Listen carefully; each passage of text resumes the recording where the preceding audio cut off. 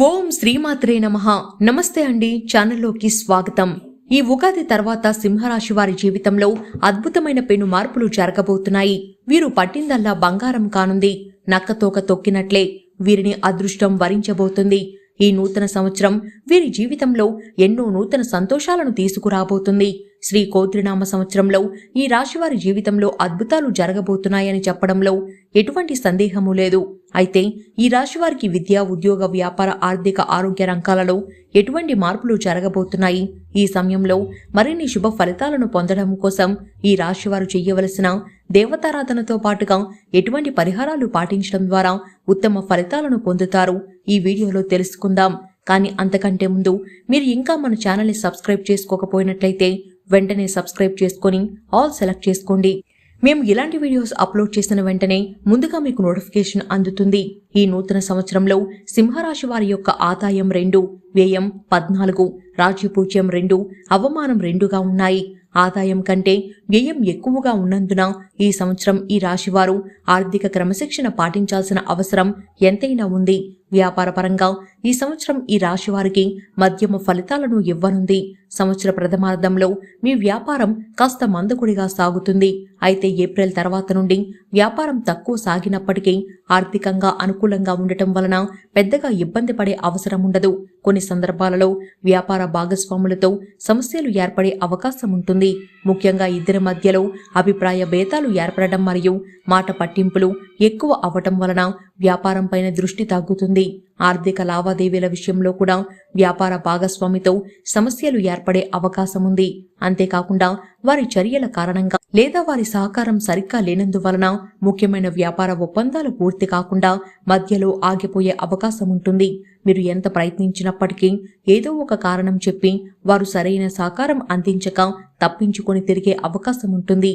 వీలైనంత వరకు గొడవలకు పోకుండా సామరస్యపూర్వకంగా సమస్యలు పరిష్కరించుకోవడం వలన వ్యాపారంలో ఏర్పడిన ఇబ్బందులు తొలగిపోతాయి. జూన్ మాసం వచ్చేసరికి వినియోగదారులతో తరచుగా సమస్యలు రావడం కానీ లేదా వ్యాపార ఒప్పందాలు ఒక పట్టాన పూర్తి కాకపోవడం కానీ జరగవచ్చు. అంతేకాకుండా వ్యాపార ప్రదేశంలో చేసిన మార్పులు కూడా ఒక రకంగా మీ ఇబ్బందికి కారణమయ్యే అవకాశం ఉంటుంది. ఈ సమయంలో న్యాయ సంబంధమైన చిక్కుళ్లకు దూరంగా ఉండటం మంచిది.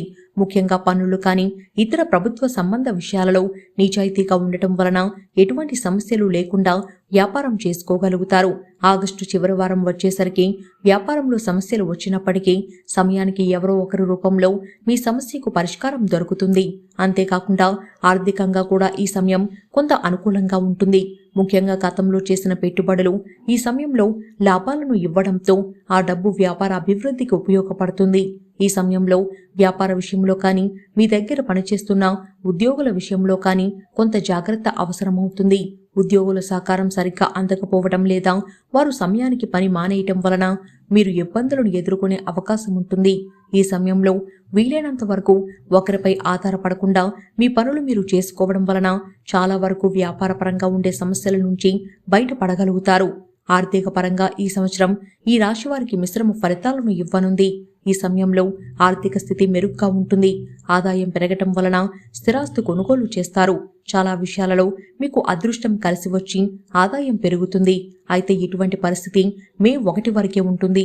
కాబట్టి కేవలం అదృష్టం మీదనే ఆధారపడటం మంచిది కాదు. మీ పెట్టుబడులు సరియైన మార్గంలో వెళ్లటం వలన డబ్బు రాబడి పెరుగుతుంది. అంతేకాకుండా మీ పూర్వీకుల ఆస్తులు వివాదాల కారణంగా మీకు రాకుండా ఆగిపోయిన ఆస్తులు ఈ సమయంలో మీకు వచ్చే అవకాశం ఉంది. అలాగే గతంలో ఇచ్చి ఎంతకాలం అయినప్పటికీ తిరిగి రాని డబ్బు కూడా ఈ సమయంలో తిరిగి వచ్చే అవకాశం ఉంది. అయితే జూన్ మాసం వచ్చేసరికి గతంలో చేసిన అప్పులు కానీ లోన్లు కానీ తిరిగి తీర్చాల్సిన పరిస్థితి ఏర్పడుతుంది. ఆదాయం ఉన్నప్పటికీ డబ్బు తిరిగి చెల్లించాల్సిన పరిస్థితి కారణంగా గతంలో లాగా ఎక్కువగా పొదుపు చెయ్యలేరు. ఈ సమయంలో పెట్టుబడుల విషయంలో కూడా జాగ్రత్తగా ఉండాలి. తొందరపడి పెట్టే పెట్టుబడులు నష్టాలను ఇచ్చే అవకాశం ఉంది. ముఖ్యంగా డబ్బు ఎక్కువ వస్తుందనే ఉద్దేశంతో రిస్క్ తీసుకొని పెట్టుబడులు పెట్టడం ఈ సమయంలో అస్సలు పనికిరాదు. ఆరోగ్యపరంగా ఈ సంవత్సరం ఈ రాశివారికి మిశ్రమ ఫలితాలను ఇవ్వనుంది. ఉగాది తర్వాత నుండి ఈ రాశివారి ఆరోగ్యం బాగుంటుంది. గతంలో ఉన్న ఆరోగ్య సమస్యలు తగ్గుముఖం పడతాయి. మీరు ఉత్సాహంగా మీ పనులు చేసుకోగలుగుతారు.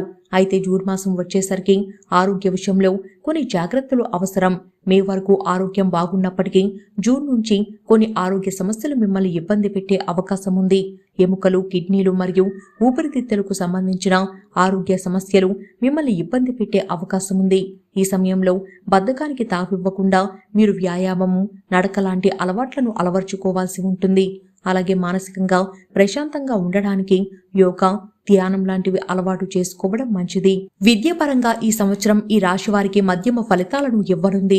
ఈ సమయంలో విద్యార్థులకు మంచి పురోగతి ఉంటుంది. వారు అనుకున్న విద్యాలయాలలో ప్రవేశం పొందడమే కాకుండా పరీక్షల్లో కూడా మంచి మార్కులతో ఉత్తీర్ణులవుతారు. ఈ సమయంలో చదువుకోవాలనే ఆసక్తి పెరగడమే కాకుండా కొత్త విషయాలను నేర్చుకోవాలని, పరీక్షలో మంచి మార్కులతో ఉత్తీర్ణులు కావాలని తపన ఎక్కువ అవుతుంది. అది సాధించడానికి విశేషంగా కృషి చేస్తారు. గురువులు మరియు నిపుణుల సహాయ సహకారాలు వీరికి అందటం వలన విద్యలో మరింతగా రాణిస్తారు. ఆగస్టు నెల వచ్చేసరికి చదువుపై ఆసక్తి తగ్గడం లేదా బద్ధకం పెరగడం జరుగుతుంది. అంతేకాకుండా పరీక్షల్లో వారు అనుకున్న మార్కులు సాధించడానికి వారు సులువైన మార్గాలను వెతికే అవకాశం ఉంటుంది. అంతేకాకుండా విదేశాలలో విద్యాభ్యాసం చేయాలనుకునే విద్యార్థులకు కొన్ని ఆటంకాలు ఎదురయ్యే అవకాశం ఉంటుంది. ఈ సమయంలో ఇలాంటి ఆటంకాలకు నిరుత్సాహపడకుండా ప్రయత్నం చేసినట్లయితే వారు అనుకున్న లక్ష్యాన్ని చేరుకోగలుగుతారు. ఈ సంవత్సరంలో చదువు విషయంలో వీలైనంత వరకు నిజాయితీగా ఉండటం మరియు ఫలితం ఆశించకుండా చదవటం వలన విద్యార్థులు తమ లక్ష్యాన్ని సాధించగలుగుతారు. ఉద్యోగం కొరకు పోటీ పరీక్షలు రాసేవారికి ఈ సంవత్సరం మే వరకు అత్యంత అనుకూలంగా ఉంటుంది. ఈ సమయంలో రాసే పరీక్షల్లో వారు విజయం సాధించడమే కాకుండా వారి లక్ష్యాన్ని చేరుకోగలుగుతారు. ఈ సమయంలో మరిన్ని శుభ ఫలితాలను పొందడం కోసం ఈ రాశివారు చేయవలసిన దేవతారాధన చూసుకున్నట్లయితే ఆదిత్య పారాయణం మేలు చేకూరుస్తుంది. ప్రతిరోజు లేదా ప్రతి శనివారం రోజు శని పూజ చేయడం, శని స్తోత్ర పారాయణం చేయడం లేదా శని మంత్ర జపం చేయడం మంచిది. వాటితో పాటు హనుమాన్ చాలీసా కానీ ఏదైనా హనుమాన్ స్తోత్రం పారాయణం చేయడం కానీ మంచిది. ఈ సమయంలో మరిన్ని శుభ ఫలితాలను పొందడం కోసం ఈ రాశివారు చేయవలసిన పరిహారాలను చూసుకున్నట్లయితే శారీరక లోపాలున్న వారికి, అనాథలకు కానీ వృద్ధులకు కానీ ఈ సమయంలో సేవ చేయడం వలన శని ప్రభావం తగ్గుతుంది. గోమాతకు గోధుమ పిండి బెల్లంతో కలిపిన రొట్టెలను తినిపించడం ద్వారా శుభ ఫలితాలను పొందుతారు. సో చూశారు కదండి, శ్రీ కోత్రినామ సంవత్సరంలో ఈ రాశి వారి జీవితంలో జరగబోయే అద్భుతాలు ఏమిటి? ఈ రాశి వారికి విద్య, ఉద్యోగ, వ్యాపార, ఆర్థిక, ఆరోగ్య రంగాలలో ఎటువంటి మార్పులు జరగబోతున్నాయి? ఈ సమయంలో మరిన్ని శుభ ఫలితాలను పొందడం కోసం ఈ రాశి వారు చేయవలసిన దేవతారాధనతో పాటుగా ఎటువంటి పరిహారాలు పాటించడం ద్వారా ఉత్తమ ఫలితాలను పొందుతారో ఈ వీడియోలో తెలుసుకున్నాం కదా.